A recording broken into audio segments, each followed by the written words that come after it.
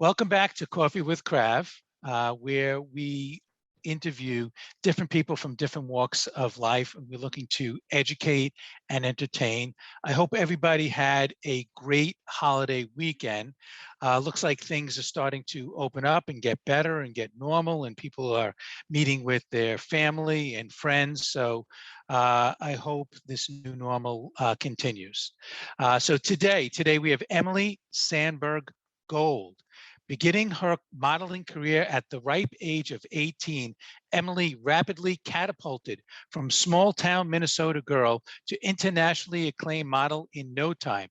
If you were around in the early 2000s, you would have seen her face in prestigious campaigns like Versace, Fendi, Clinique, and The Gap, and on the cover of magazines like Vogue, Harper's Bazaar, and Elle. Her success in building her personal brand through social marketing inspired Twice Social, a company which she founded and is the CEO of this Nashville and New York-based digital marketing firm, which provides strategic marketing services to top clients in fashion, skincare, healthcare, entertainment, nonprofits, and online learning. Emily, welcome to Coffee with Krav. Welcome. Oh. There we go. Thank you for having me here. I'm excited. Oh, excellent. Well, let's start by going back to your childhood. You grew up in a small town in Rochester, Minnesota. How were your early years? They were very, my parents put up a lot of boundaries around us growing up. So I was sort of secluded, tucked away. But it was fun. We ran around downtown because the Mayo Clinic is there. So we ran through the Skyway system. They have an underground subway system. Like it's all downtown, but it's all connected because it's all patients. And then we would see people from like all around the world, and celebrities that we didn't know were celebrities. And it was fun. And that was my childhood. I'm the second oldest of 7, homeschooled until the 4th grade, and small schools until then. And then at 18, I said, well, I'm moving to New York City. Well, before that, a lot of people don't know that you were an excellent basketball player. I was. What about the game did you love most? Honestly, I really enjoyed sitting on the bench. I was like a bencher. I was like, they utilized me in like throwing me in for a solid like 30 seconds to a minute, and my brain could like boom, boom, boom, boom, boom, and like get a point, and then or block something or whatever. I would do the thing, and then check, and then I was out. And I really enjoyed, like I really learned to like how to like motivate, how to like support your like teammates, and to my basketball coach in high school, they started recruiting the girls from the Catholic schools at like the age of very, very young, like 4th grade.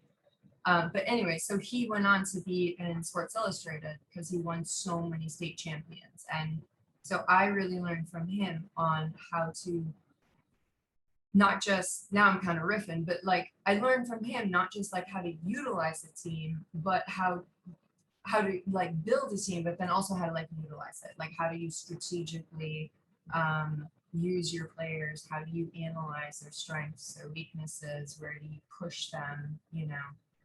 So it was a very good learning experience for me. And I really I loved practicing, but during the games, I was the one that went in for like 2 minutes and shook it up and got back out.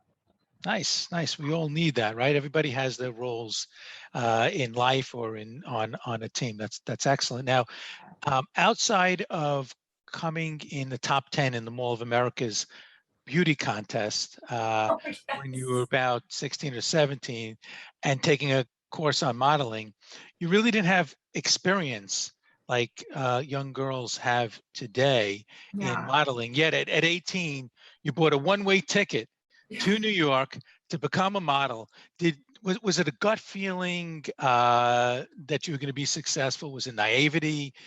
Was there inner strength and determination? What made you think that you were going to be that successful without having that kind of experience?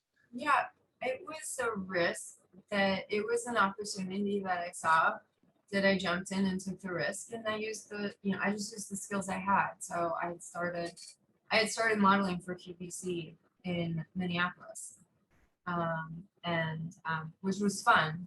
And so I had agents in Minneapolis. So I didn't know what I was doing, but I saw the opportunity and I jumped and I started, filling out job applications. And one of the things that I did know was that there might possibly be an agent or an agency in New York that's like legit, that's not gonna, send me out to dangerous situations. And Excellent. I lucked out. I really lucked out. Well, you had great success right out of the gate. 6 months after signing Next Model Management, Yes, you were on the cover of the Italian Vogue. yes. How did the early success affect you? I was really insecure. And the clothes didn't fit me, and that was like my number one insecurity. I realized quickly that Minnesota thin was not the same as fashion thin. So I had to like work on that really hard. So a lot of times they shot me from like just the waist up. And that's sort of how we worked around it until I could catch up with the rest of the girls and the guys. But um, it was I went with the flow. I practiced patience. I didn't know what was going on around me, so I just listened. I started to learn other languages, um, and um, and just like really enjoyed what it was that I had grown up with, which was just people.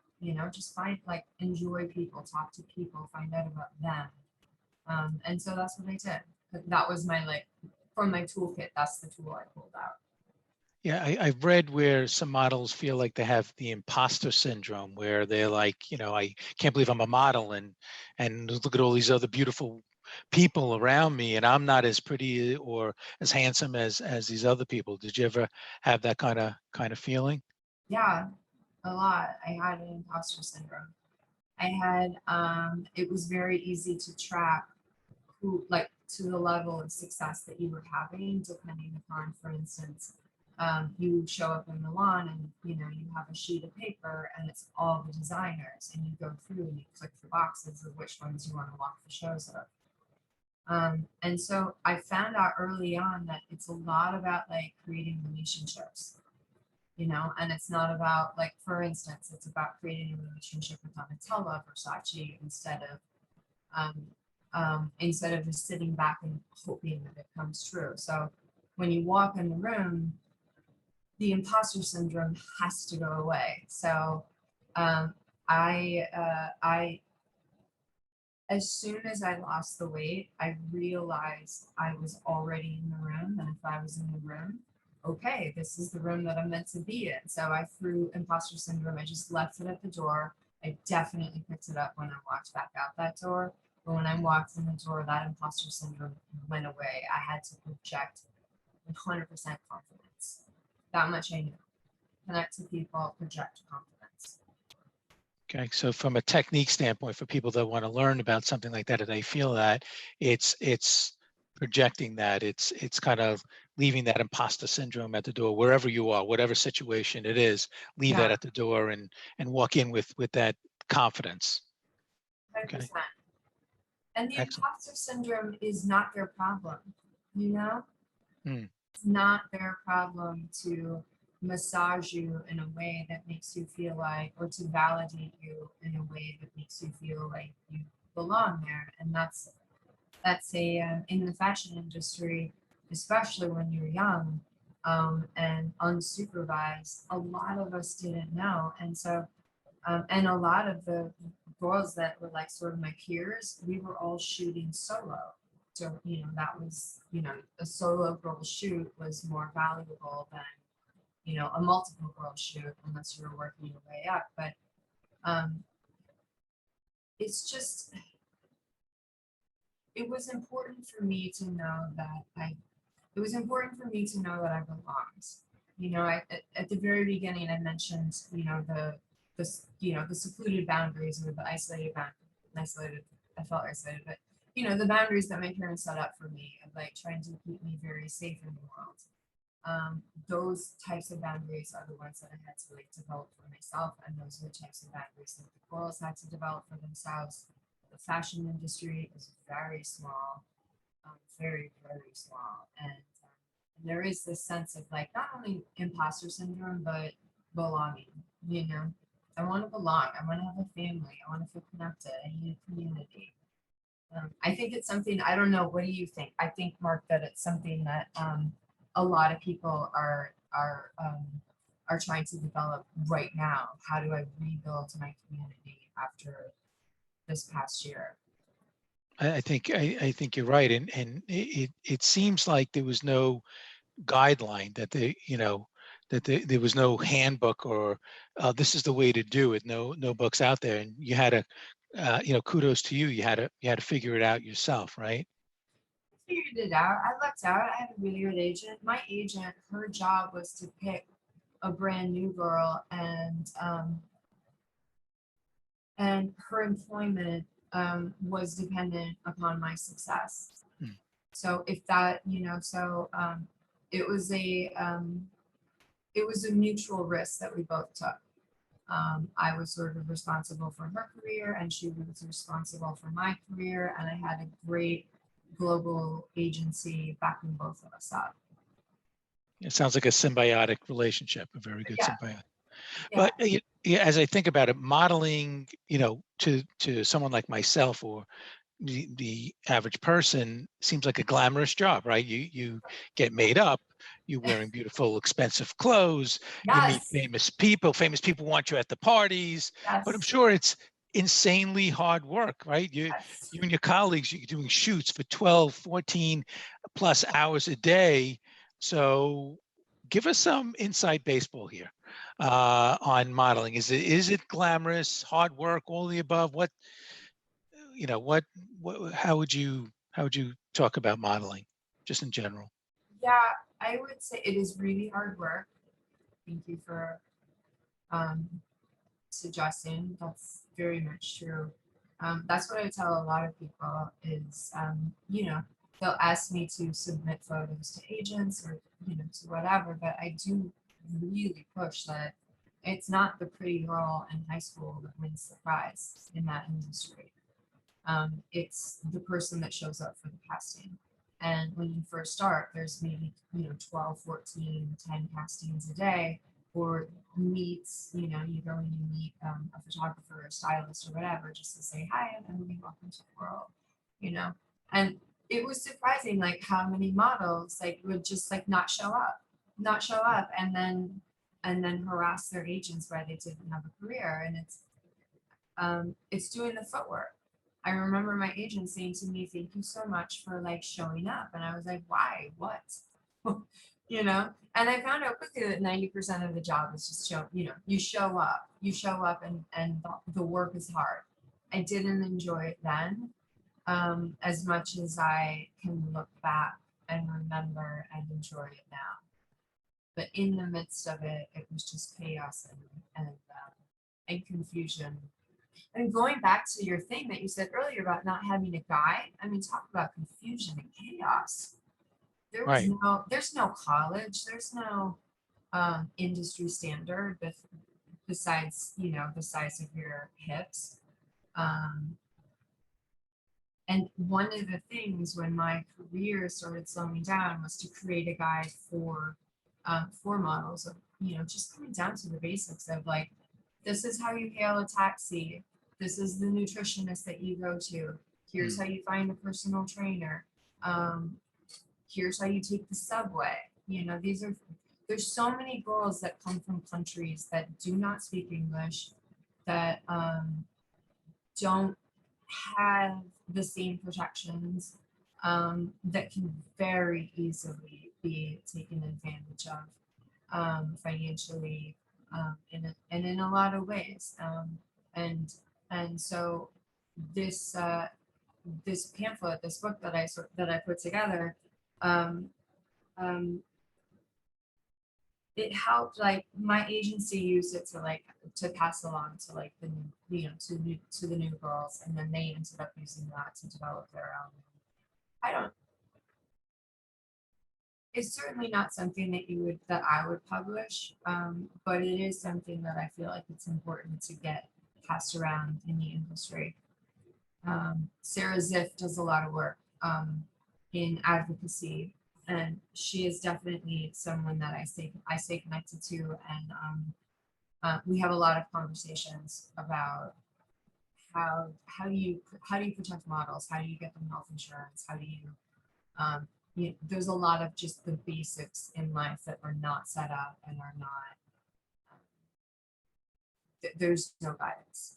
There's no guidance. Well, that's fantastic that you created that kind of, I didn't even realize that you created that kind of guidebook. I bet you wish you had someone do that for you. It would have made things a lot easier. And as you were talking about the modeling agency, I was just thinking that, and I don't know the industry at all, but I was just thinking that they're probably always looking for the next person, the next new person, the next new person, right?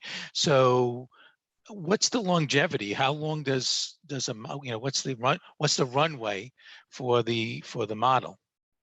When I started, it was about 3 years. Hmm. 3 to 4 years was the length, and then it moved down to a year, and then it moved down to like maybe 6 months here and there.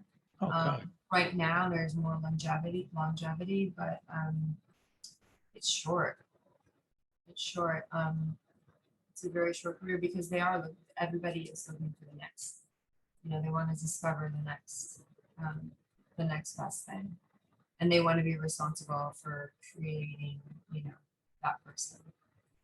So that must be very difficult for these models afterwards, right? I mean, a lot of them must have, if they're only doing it for 6 months, a year, even 3 years, it must be very difficult to find a job or do something after that.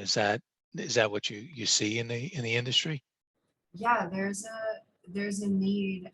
I think, and I'm sure, Mark, I'm sure that you come across this consistently of people needing to rebuild their identity, whether it's financially, career-wise, walking through different stages of life.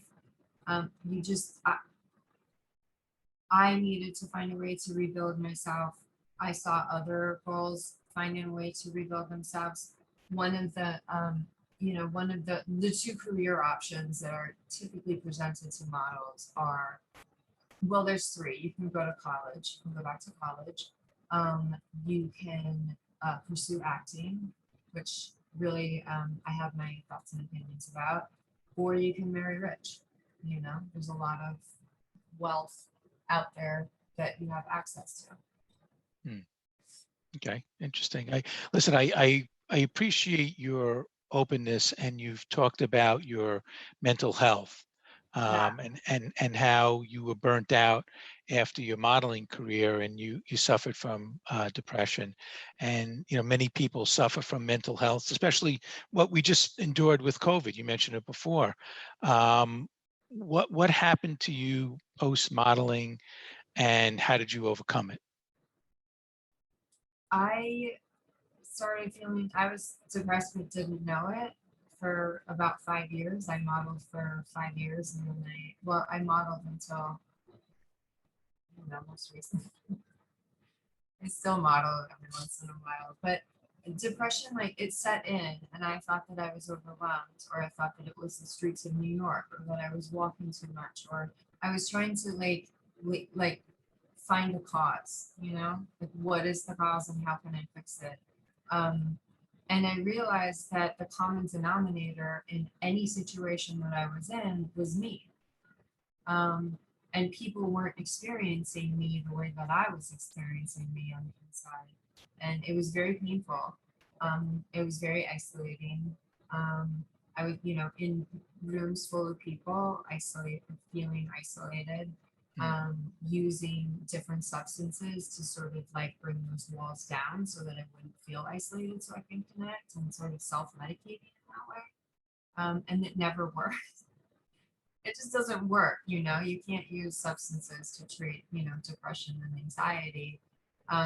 So I just started talking about it. I couldn't be alone, you know. I didn't want to be alone with it. And I overheard another very successful model and her agent talking about her getting to her therapy session. They had to get a car, whatever, the logistics.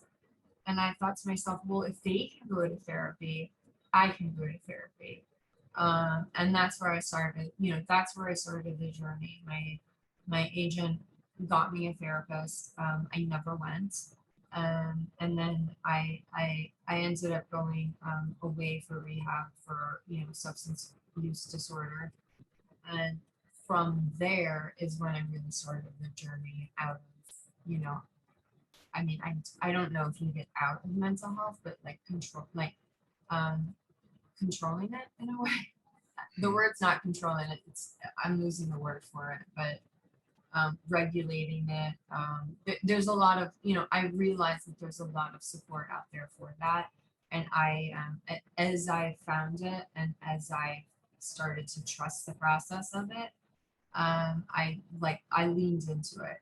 There's a lot of mental health issues in my family, a lot. It's just genetic. It gets passed around. I was the first person in my family out of my siblings, so they reach out and find that help, and so that just got passed around. And and now I try. You know, now I'm just open. Now I just talk about it. You know, panic, PTSD, depression. Um, so yeah. Well, thank you for sharing. Thank you for being open with that. We really really appreciate that. I'm sure there's people out there that are suffering in silence, and especially during this COVID situation. I think that a lot of people are suffering. So appreciate that you know, that you shared that story. Did you know that like pre-COVID, the 11% of the nation was feeling depressed, like had symptoms or signs of depression, and now 41% of the country is Wow. experiencing that. And 41%, that's huge. At some level, you know, we're not all at the place where we can't get out of bed. Um, but you're right, a lot of people are suffering right now. Yeah. So it's an I didn't see that important statistic. conversation. That's amazing. That's an amazing statistic. So going back to your, you know, you had a tremendous career. You were international runway fixture. You were the face of Versace and Fendi and DKNY covers of magazines and so on. When you look back at those years, and you started to touch on it a little bit earlier, what comes to mind now? I look back and I see someone who is, I look back and I have like way more compassion when I see those photos, or, you know, when I see that stuff come up and it goes across my screen. Um, so I have a lot more compassion, a lot more just gentle, just being gentle, like just not like removing the judgment. Like I have space now. I'm away from it enough that I can remove the judgment of it. I will say that when it's as soon as I step on set, I am aware of a lot of things. So I do, although I still will model, I do don't avoid it, but I try to set myself up with some like healthy boundaries. Mhm. You know, so the short answer is I have a lot more compassion.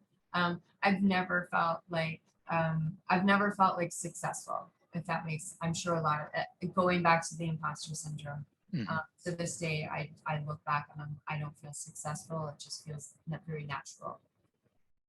That was Interesting. you know, this is where I am, accepting A- that.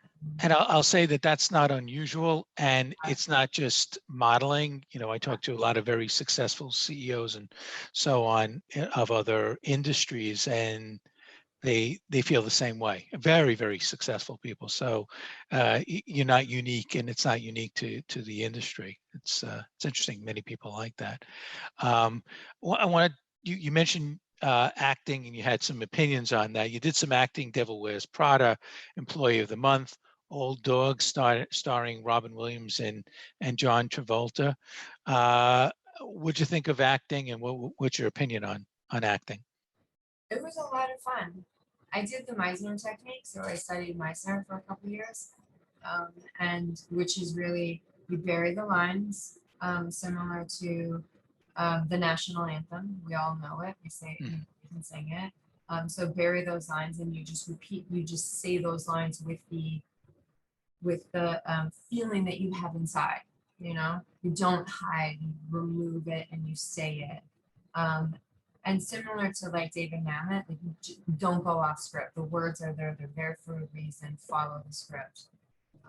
And so I did that for a couple years. I really enjoyed it. I learned very quickly that although although it's a different discipline, it's a different discipline altogether. It's not just about standing in front of a camera and talking and speaking words. It's there's a there's tools that are applied. Similar, you know, similar to, and those tools have to be learned. It's or if you're, you know, Johnny Depp and you're just gifted in that way and you can step on a set and light up a room and just you know, embody the character, why go, you know, don't go to acting class. But I went, and similar to models becoming actresses, it's same actresses becoming models. I find it, you know, it crosses over into branding and social media and people like, you know, thinking that if they purchase Kim Kardashian, that it's going to get them, you know, anything. And they'll get maybe like, you know, my friend Brandon Maxwell, he got like a couple thousand worth of sales from it and spent a lot of money to get those couple thousand sales. And then it went back to nothing. And then he got a lot of followers from like the Philippines, essentially. So, but my opinion is that it's, I don't want to go, I don't want to go into great detail because I don't want to bore your, I don't want to bore your listeners. But there are statistics that show that when like Madonna, like they took out the models and they were, you know, this particular brand was having a very successful streak. Then they took actresses and threw actresses in front of the camera that were very well known, and talent that was very well known, like famous people. Nobody knows who a model is unless they're, you know, Cindy Crawford, but you know, very famous, successful people, and the sales in that company just plummeted. Really And interesting. I think it's because, you know, and then they brought the models back on and the sales shot back up. Why do you think that is? I think it's because you can project yourself onto someone that you don't know, or onto a face that you enjoy seeing or that's relatable to see or is current, you know, it's a current face. And you can project onto that. When you bring someone into like a celebrity, then that brings all of the baggage of them in as well. Interesting. And baggage, you know, baggage, like people have very specific opinions on, you know, there's polarizing personalities out there. And when you put those polarizing personalities, you're going to get a polarizing response. Well, you mentioned one, what I think is polarizing but amazing personality, and one of my favorite actors and people who had an unfortunate ending, Robin Williams. How was it? How was it working with Robin Williams? Was he fun? You know, I didn't get to work. I didn't get to like be near him then, Oh, but okay. I did a workshop with Marlon Brando. He was teaching it. It was our class got invited because one of the daughters of a famous actor was in there, and they needed more students, and so I got to meet a lot of people. It was so cool. Whoopi Goldberg, Michael Jackson, Sean Penn, and it was just incredible. It was like an improv class, and so of course Robin Williams, the Oh, kindest, the most gentlest soul. When we were on breaks, he would just really like look to connect with someone and just have a conversation with them. Whereas I saw a lot of the other personalities sort of like stepping behind the curtain to protect themselves from anybody who wants to say hi, you know. and it was a small group. There was maybe a total of like, 30 of us. So, but anyways, he was very sweet, very generous, very kind. He did go on and do an improv, and it was amazing. He played a car salesman that had to sell a used car, and and and so various people would get up, and it would just organically go. And so sometimes the car would get sold and sometimes the car wouldn't get sold. But watching him go from one character to the next character, from one intention to the other intention, from, he could flip on a dime. There was so much, so much talent. And I was so impressed because I'm not really, I don't consider myself an actor, but I have done it. I've done it and I've done a lot of it. And so I understand some of the logistics, but I could project more of the modeling logistics, and I could see what he was doing. It was very, very impressive. Very, very impressive. Yeah, that's awesome. So let me speed up to the company that you're now CEO of, Twice Social. Yeah. Please tell us about Twice Social. Twice Social is awesome. I started it about 5 years ago. I paid everybody twice as much as they could get paid elsewhere. I charged the clients less than what the other agencies were charging. I learned the system. I learned how to sell. I went and sold shoes and handbags at Nordstrom. I learned the art of selling something where you're person to person, not just like an image. How do you do that? Can I do that? So I just set all of the ego, the inferior I just set it all aside and was like, you know what? Nashville, I'm going to do this. So I learned that, and I went and I worked at another digital marketing agency. And I quickly realized that, you know what? I've been running teams. I've been running teams, global teams, since I'm, 18 years old. And I've learned a lot. So I took that information and I took all of the information that I had learned. And we do a lot of personal branding now. We do a lot of, we do social media management, obviously. That's always going to be a part of digital marketing. We do a lot of ad placement and creating funnels, and how do you get someone who just hears about you, similar to going back to that therapist, that my very first therapist that my agent gave me, that I never called. How could she have reached me? What was the language? What could have been said or put out? Like, what is the messaging? What could have been put out there? What is in front of the person behind the scene, the person behind the curtain that you put up in front of you? So I spend a lot of time breaking down walls. I do a lot of one-on-one consulting. I have going back to the back. I pull from my background all the time, but going back to that basketball team and watching how my coach utilized players, I was able to, at 18, to be able to figure it out and heavily utilize players, but also to take that in and see, someone else and what are the opportunities that they have in front of them, and what are the opportunities that they don't see, or what are the opportunities that other people are telling them about that maybe perhaps they're not listening to. Why are they not listening to? And so I'm sure you run into this all the time. It's like a therapy session, right? And then you get to and then my team is able to get to the core of not just not who they are necessarily, because we are not therapists, but where how can we reach the most amount of people? How can we positively deliver solutions to people? I don't want to sell something, that feels bad for me to sell. I don't want to sell, we can sell anything, basically. We can sell it. So what type of clients are you getting? I know it's varied, but it's fashion. Obviously, there's a lot of audience building for different models. They have to compete now with numbers, and so they'll need hundreds of thousands of followers to get that, and then going up into the million. I mean, it goes up into the millions. So fashion, since I'm in Nashville, the largest industry here is actually healthcare. So one of my PCP, I noticed that their online presence could use some help. So I just reached out and they were cool. And so medical, and that just sort of grew. And then now we work with like, I mean, Singer sewing machines, and it's fun. We work with Disney on stuff. We work with Amazon.